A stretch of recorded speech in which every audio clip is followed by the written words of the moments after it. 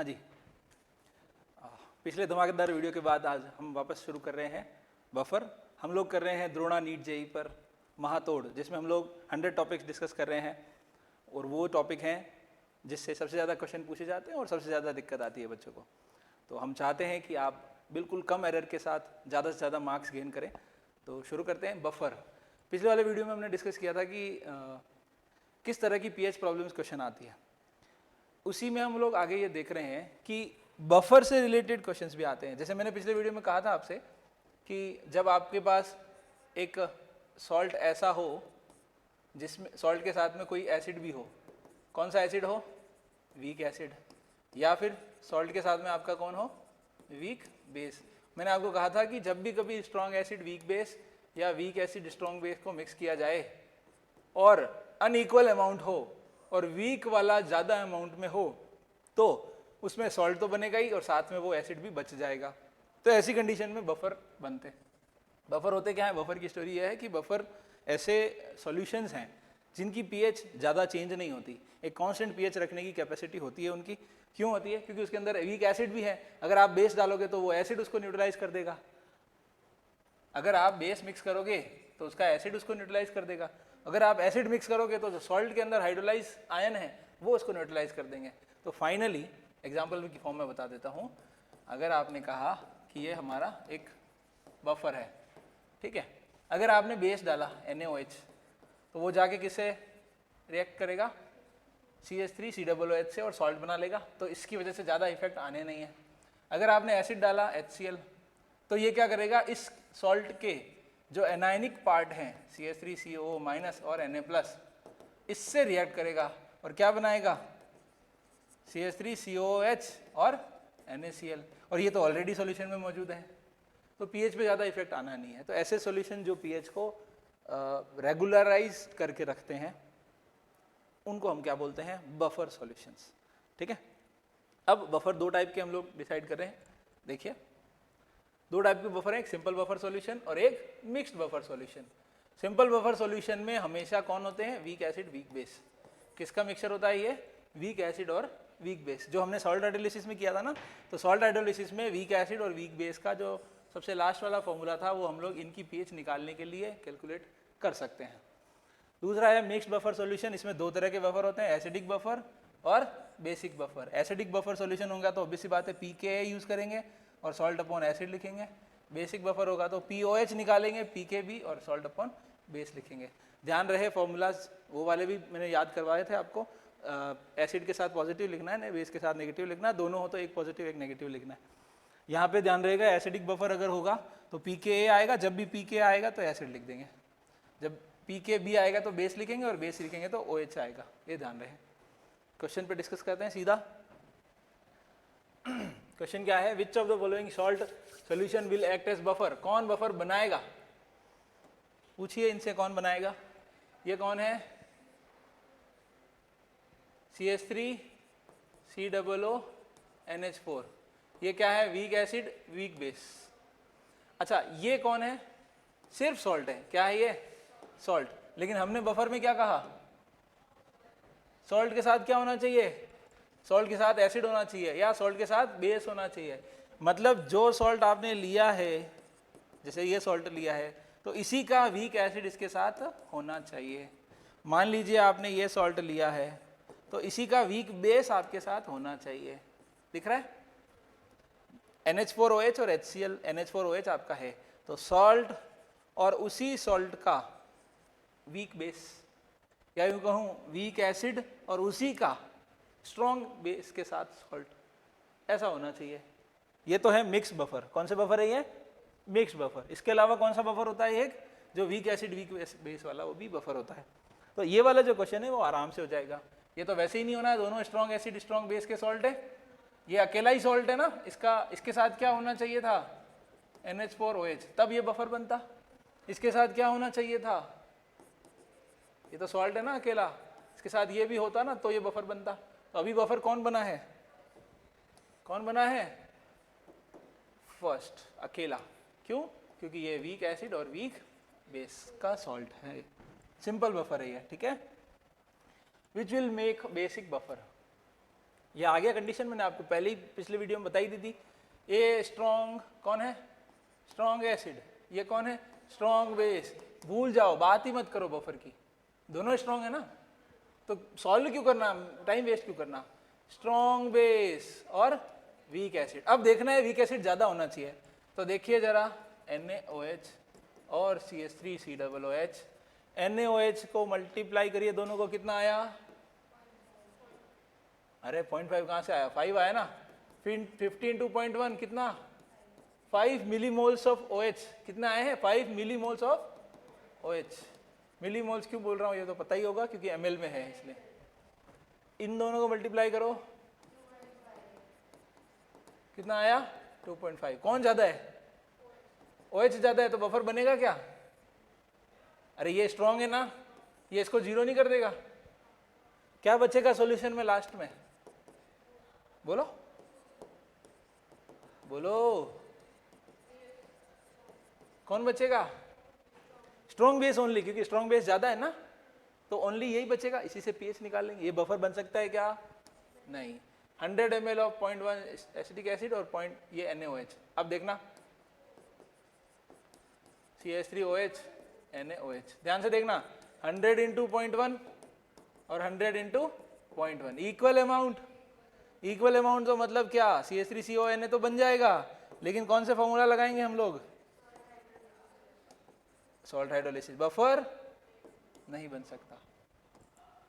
100 ml of HCl, ध्यान से देखिए, स्ट्रॉन्ग एसिड, वीक बेस। ये है 100 into 0.1, ये है 200 into 0.1। बनाएंगे क्या? देखना। अरे इसको मिटाना था मुझे। हाँ बताइए बताइए। हाँ जी, NH4Cl और बोलो बोलो वाटर। इसके कितने मिलीमोल्स आ रहे हैं? 10। इसके कितने आ रहे हैं? 20। कौन ज्यादा है? वीक वाला ज्यादा है। इसके 10 और 10, ये कितना बचेगा? 0। इसके 10 - 10 10। इसके 10 और इसके 10 मिला के कितने 10 वाले सॉल्ट बना देंगे, और वाटर का तो हम नहीं लिखेंगे तो भी चलेगा। सॉल्यूशन में क्या बचा? Weak base. और क्या बचा? Salt of that weak base with strong acid. कौन सी कंडीशन है? बफर। क्या कहेंगे? बफर। बफर कब बनेगा? जब सॉल्ट भी हो, उसी सॉल्ट का वीक वाला पार्ट भी हो। अनइक्वल अमाउंट बताया था। अगर इक्वल होते तो सॉल्ट हाइड्रोलिसिस। अगर स्ट्रॉन्ग वाला ज्यादा होता तो स्ट्रॉन्ग वाले की वजह से पीएच। अगर वीक वाला ज्यादा है तो ही बफर बनेगा। क्लियर? बढ़े आगे। The effectiveness of the buffer solution determine the pH range. इसको थोड़ा सा ध्यान से देखें। हमारे पास जो बफर है उसमें है CH3COOH और CH3COONA। रेंज निकालनी है। पीएच का फॉर्मूला बताइए। pKa plus log salt upon acid. Matching खेल लिया करो। ए लिखा है तो एसिड और एसिड लिखा है तो पीएच। तो पीएच रेंज पूछी है। pKa कितना दे रखा है? 4.7 प्लस लॉग। रेंज निकालने के लिए हम लोग क्या कर रहे हैं? इन दोनों एसिड और सॉल्ट का रेशियो बना रहे हैं कि या तो ये 1 हो और ये 10 हो, या फिर ये 10 हो और ये 1 हो। ये कंडीशन ए है, कंडीशन बी है। कंडीशन ए क्या वैल्यू लिखूं? सॉल्ट कितना? 10। ये कितना? 1। लॉग 10 कितना? 1। तो क्या आया है? हाँ, ऐसे नहीं लिखूं, ऐसे लिखूं 4.7 प्लस 1। बी कंडीशन में पीएच कितना आया? 4.7 प्लस लॉग बताइए 1/10 मतलब -1, तो 4.7 - 1, तो पीएच रेंज क्या हो गई? 4.7 प्लस -1 मतलब 3.7 to 5.7। This is the range. आ गया समझ में? दोनों होने चाहिए। क्लियर है? तो पीएच रेंज ये समझ में आ गई सबको? ध्यान रह जाएगा क्या होती है पीएच रेंज हमेशा। पीएच रेंज क्या होती है बफर के लिए? पीएच नहीं लिख के क्या लिखूं ज्यादा अच्छा? pKa प्लस माइनस 1, यही तो आया है पीके, यही तो है हमारा 4.7 पीके है ना। बढ़े आगे। बफर कैपेसिटी, एक फॉर्मूला और, number of moles of acid और base added upon change in pH. 2 mole of HCl is added in 1 liter acidic buffer solution. pH change from this to this. Find the buffer capacity. Buffer capacity, number of moles of added, कितने number of moles? 2. pH change कितना हुआ? ये तो change हुआ, change क्या हुआ? यही ना change, कितना change हुआ? 0.5, बस आ गया। और क्या पूरा लिखूं क्या? 20/5 दैट इज 4। बफर कैपेसिटी क्या आई है? 4। ये फॉर्मूला ध्यान रहे। बफर कैपेसिटी क्या होती है? Number of moles added upon change in pH. नहीं, कोई भी डाल सकते हैं, एसिड भी डालो या बेस डालो, एक टाइम में एक ही डालेंगे। बफर है, बफर में एसिड डालोगे तो भी पीएच चेंज नहीं होनी है, और बेस डालेंगे तो भी पीएच चेंज नहीं होनी है। दोनों में से एक ही डालेंगे एक बार में। यहाँ पे क्या डाला है हमने? HCl। तो जो जितने मोल्स डाले हैं वो upon change in pH, that is buffer capacity. आगे बढ़े। Calculate volume of this solution that should be added to 50 ml of this solution to make a buffer solution of pH 4। तो हमारे पास pH equals to pKa plus log salt upon acid. इनको हमेशा डब्बे में लिखें। डब्बे में लिखने का क्या मतलब होता है? कंसंट्रेशन है, याद रहे मोल्स नहीं है, मोल पर लीटर है, ठीक है। तो मैंने कहा कैलकुलेट वॉल्यूम ऑफ Na, इसका ऐड करना है, that should be added to 50 ml। Okay, तो उसका ले रहा हूं पहले। तो इसकी फाइनल पीएच क्या, फाइनल कंसंट्रेशन क्या होगी? नई वाली। सपोज कि हमने V वॉल्यूम ऐड किया, कितना वॉल्यूम ऐड किया? V volume. तो टोटल वॉल्यूम क्या हो जाएगा? 50 प्लस V। तो इसके नंबर ऑफ मोल्स कितने थे पहले?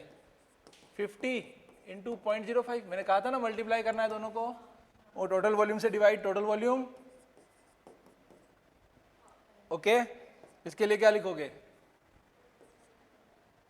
V वॉल्यूम तो हम ला रहे हैं और 0.1 से मल्टीप्लाई अपॉन टोटल वॉल्यूम। वैसे किस्मत अच्छी है, 50 प्लस V 50 प्लस V वैसे ही कैंसिल आउट होना है। तो pH equals to pKa plus, अच्छा फॉर्मूला तो लिखा हुआ है ना, तो डायरेक्ट लिख रहा हूँ। pH की वैल्यू कितनी? 4, pKa 3.7 प्लस लॉग सॉल्ट कितना? सॉल्ट कितना है? V into 0.1 upon 50 plus V upon 50 into 0.05 upon 50 plus V। ये तो कैंसिल आउट हो जाना है। 4 equals to 3.7 plus log, minus कर दूं ना, 0.3 इक्वल्स टू लॉग, क्या बचेगा? ये तो कैंसिल आउट हो गए दोनों, क्या बचेगा? 0.1 V अपॉन 0.05 था ना ये। हाँ, तो इसको सॉल्व करो ना। 50 इंटू 0.05 कैसे लिखूंगा? 100, 2 टाइम्स 5/2। हाँ जी, नहीं आ रहा क्या? आ गया 5/2। 0.3 इक्वल्स टू लॉग, इसको क्या लिखूंगा? 2V/50। यस, और 0.3 किसका लॉग होता है? log 2। अरे log 2 की वैल्यू तो 0.3 होती है। एंटी लॉग लेना नहीं आता हो तो ऐसे कर सकते हैं हम लोग, 0.3 log 2। तो क्या लिखूंगा? 2 इक्वल्स टू 2V/50। तो V इक्वल्स टू 50 ml। आ गया? ध्यान क्या रखना है? कॉन्सेप्ट तो वही है पहले वाले। ये क्या है? एसिड लिया है, दोनों को मल्टीप्लाई किया, टोटल नंबर ऑफ मिलीमोल्स आ गए, टोटल वॉल्यूम से डिवाइड किया। ये सॉल्ट लिया, इसका वॉल्यूम पता नहीं है, वही तो निकालना है, अपन टोटल वॉल्यूम से डिवाइड किया और फॉर्मूला में रख दिया। फॉर्मूला पता होना चाहिए, कैलकुलेशन आपको ठीक करनी चाहिए। विच of the following will pair will solution is not an acidic buffer. ये तो है एसिडिक बफर, एसिड है, उसी वीक एसिड का स्ट्रॉन्ग बेस के साथ सॉल्ट है। ये वीक एसिड है, इसी का स्ट्रॉन्ग बेस के साथ सॉल्ट है। ये वीक एसिड है, इसका स्ट्रॉन्ग बेस के साथ सॉल्ट है। ये स्ट्रॉन्ग एसिड है, और इसका स्ट्रॉन्ग एसिड के साथ स्ट्रॉन्ग बेस के साथ सॉल्ट है, तो ये वाला बफर नहीं है। क्लियर? बफर में एक वीक तो होना ही चाहिए। Dissociation constant of a weak acid is this, the order of prepare buffer of pH 5 salt upon acid ratio with. कितना सवाल अच्छा पूछा है। डायरेक्ट लिखूं फॉर्मूला लिखूं? ये लो, सॉल्ट अपॉन एसिड का पूछा है। आ गया क्या? क्या आंसर है? pH 5 और ये pKa दे रखा है ना, Ka दे रखा है, तो pKa 4 तो 5/4 लॉग एसिड। ये तो पूछा है, देखो ले, लॉग नहीं पूछा है ना? लॉग नहीं पूछा है, एंटी लॉग ले लो। लेना आता है क्या? नहीं, बिल्कुल भी नहीं। देखो, the dissociation constant of a weak acid is 10⁻⁻⁴, pH equals to 5, the salt upon acid ratio would be, ये है 5/4। दो तरीके हैं एंटी लॉग लेने के, या तो 5/4 को सॉल्व कर लो। कैसे करोगे? देखो, एक तो ऐसे कर लेते हैं हम लोग, जहाँ यहाँ जो भी वैल्यू है हमारी a log 10 b, तो b इक्वल्स टू क्या होता है? 10 पावर a। यहाँ बेस 10 है, 10 की पावर 5/4। ठीक है, तो हम लोग लिखेंगे salt upon acid will be equals to क्या होगा? 10 पावर 5/4, 10 पावर 5/4। ठीक है, इसको सॉल्व करेंगे तो ऑब्वियस सी बात है कि 10 पावर 5 है ना, तो 5 टाइम्स, तो एक 10 ऊपर आएगा और एक 10 नीचे की तरफ। सॉल्व करना है इसको आराम से, अभी हम लोग इसको ऐसे ही छोड़ रहे हैं। तो आंसर क्या आएगा? ऑलमोस्ट 10:1 के आसपास। ठीक है, आगे बढ़े। A buffer solution is prepared in which the concentration of ammonia is this and the concentration of ammonium is this. The equilibrium constant Kb equals to, what is the pH of the solution? pH equals to वही pKb दे रखा है क्या? 1.8 into 10⁻⁵, तो negative log of 1.8 into 10⁻⁵। pKb की जगह लिखा है मैंने ये पूरा, ठीक है, प्लस लॉग Kb दे रखा है, तो मैंने pKb की बनाया ना, नहीं समझे? ये तो है Kb, ये है Kb, और pKb क्या होता है? माइनस लॉग ऑफ Kb, तो ये तो लिखा है माइनस लॉग ऑफ Kb, तभी तो ये पूरा pKb हो गया। और ये सॉल्ट अपॉन बेस, और pH दे रखा है कितना? pH कितना दे रखा है? दिख रहा नहीं है क्या? द इक्विलिब्रियम कांस्टेंट, pH निकालना है। ओके, pH ये लिख रहा हूं मैं, नेगेटिव लॉग ऑफ 1.8, पूरा सॉल्व कर देते हैं। लॉग, ये माइनस बाहर ही रहने दिया, लॉग 1.8, इसका वैल्यू क्या आएगा? -5 लॉग 10, ठीक बात, प्लस लॉग सॉल्ट की वैल्यू, सॉल्ट यही है, सॉल्ट यही है ना, सॉल्ट, और बेस कितना है? यही है। इसको सॉल्व करेंगे। अच्छे लोग हैं ये, देखो इन्होंने 2.7 का वैल्यू दे रखा है, 0.43, तो 2.7 अपने को लाना है, कुल मिला के आ ही जाना है। और दिख रहा है मुझे, क्योंकि 8 इधर 3 है ना, इधर 1.8 है, तो 6 टाइम होगा, और फिर 10। देखो इसको सॉल्व करो, यहाँ से क्या बनाऊंगा? नेगेटिव लॉग ऑफ 1.8, इसका क्या वैल्यू आया? -5। Okay, plus log of 0.2 upon 0.3, या 2/3 लिख दूं? 2/3 लिख दूं? ओके, अब ये 5 आगे,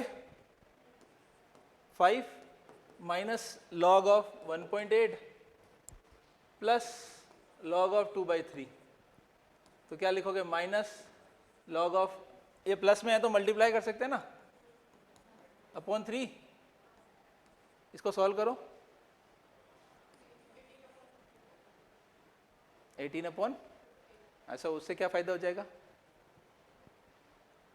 9 टाइम्स आ रहा है क्या? हाँ 2.7 क्यों नहीं आया, मेरे समझ नहीं आया, रुको वापस करते।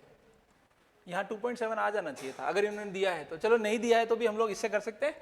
जो 18 है ना, इसको हम लोग कैसे लिखेंगे, 9 इंटू 2, तो इसको लिखेंगे 3 पावर 2 इंटू 2, इसका वापस 2 log 3 और इसका log 2, 2 log 3 मतलब log 3 की वैल्यू 0.47 और log 2 0.30, इस तरह से फाइनल सॉल्व करना है इसको।